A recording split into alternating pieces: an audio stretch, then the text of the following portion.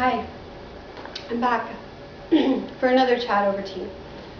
This time about something that's very near and dear to my heart.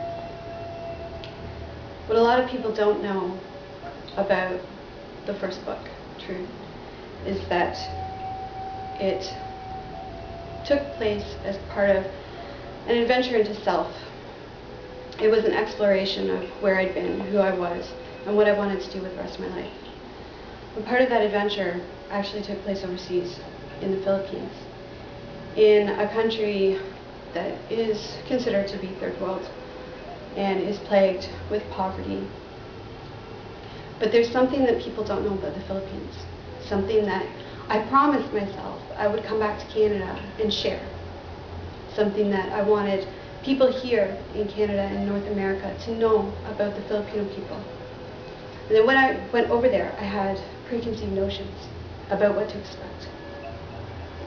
I thought I knew from the things that I've been told, from the things that were shared with me about the country, how it was run, and about what was going on behind the scenes. I thought I knew.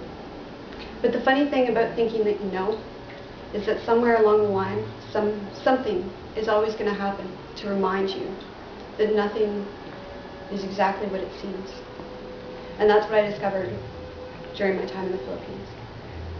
What I found there were a people so full of love and light, so strong in their faith, so uplifted by their family values, that there is nothing that they could face that would take a smile from their face. There were no walls that they could not break down.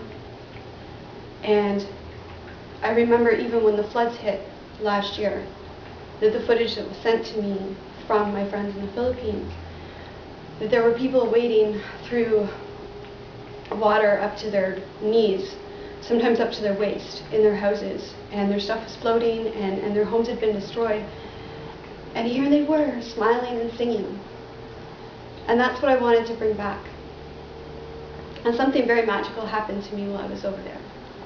My heart was open and my mind was open and my eyes were open to the possibilities that our world holds, to the potential beauty that is in our world, if we're only willing to open our hearts to it and allow it to come in.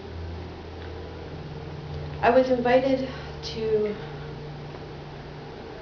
visit with, get to know, and explore an organization there called Shepherd of the Hills. It's a fun, family-run orphanage run by a married couple called Nathan and Ruth Mahika. And their programs are unique compared to some of the other orphanages out there in that they actually go out of their way to inspire within their children their artistic abilities. They encourage their artistic nature. These kids have talent, tons of it. Many of them are self-taught. And musically, they absolutely stunned me. When I walked into this home and I sat down in their little living room, and I have to make clear, it is a home. It's a home just like mine, just like yours. You walk in the door, there's a kitchen, there's a living room, there's bedrooms, bathrooms. It's nothing extravagant, it's very simple. But it's also full of love and laughter and music. And music was everywhere. It was even in the bathroom when I used it. I mean, you couldn't go into a room without seeing a kid using an instrument or studying or, doing something that was productive. And they do it together as a family. Now, I walk in and I sit down and these kids play for me and I think to myself, I wish the world could see this. I wish they could see these kids and see what they've become. I wish that they could see what this children's home has done to give them the strength that they need to move forward in their lives. And that's what's special about SOG.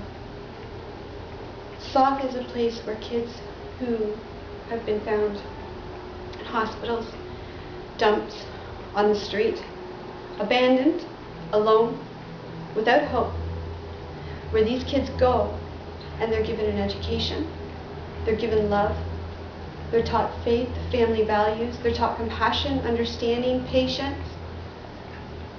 They're taught, most importantly, above all, to believe in themselves and to believe in what they can do. These kids have more to show the world about inner strength than any children I've ever met. Now, I'm still a starving artist, so I don't have a lot of money, because I'm certainly not rich or famous. But I promised myself that if I could find a way, that I would tell the world about these kids and tell the world about the Filipino people. Because these people have a way of living that should be an example to every single one of us. There isn't a day that goes by that I don't think about those children, that I don't recognize within myself the fact that those children quite literally changed my life. They completely redirected where I was going to go. They didn't mean to. It's just who they are. You simply can't meet them, hear them play, or learn about their story and not be inspired by what they do. They believe in themselves. Thanks to the volunteers of Shepherd of the Hills, and thanks to Nathan and Ruth Mahika, the people that run it, they know that as long as they don't give up, that they can do whatever they want with their life. Now, Nathan and Ruth are very special. They're a married couple. Their own children live, sleep, eat, learn alongside these other children. The children are all homeschooled. They're taught. Nathan and Ruth spend a great deal of time reworking their programs so that their children have the best advantage and learn the most and at their own pace. When I spoke to Nathan about how he runs his programs, he was very set on that he understands that each child has unique talents, unique abilities, and a unique understanding and view of the world. And he wants to set up his programs with his orphanage to encompass that, to embrace that idea that each child is an individual, and that individuality should be nurtured and protected. Nathan and Ruth, it's second generation. It's been going 20 years, and they haven't given up. It has 4 locations. They've shared with me the fact that they want their children to be self-sustaining.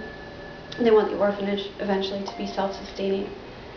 They want to provide their children with university or college or trades over and above just a regular grade school and high school education. If their children want to go on to bigger and better things, they work hard to find sponsors to allow the kids to do that. Now, there's a ton of organizations out there, and we all have our own thing to support. I guess they're mine. And although I don't have a lot of money, I can at least use my talents as a writer and my ability to speak to you through my truth talks to tell you about them and to provide you with a means to actually reach out to them if you're interested. Now, I can't say enough good things about the kids of SAW. They are magical beyond belief. The energy that they give you just by being themselves, by being who they are, and the joy that they bring to your heart when you actually get a chance to see them play is, well, I'm a writer and I don't have words. So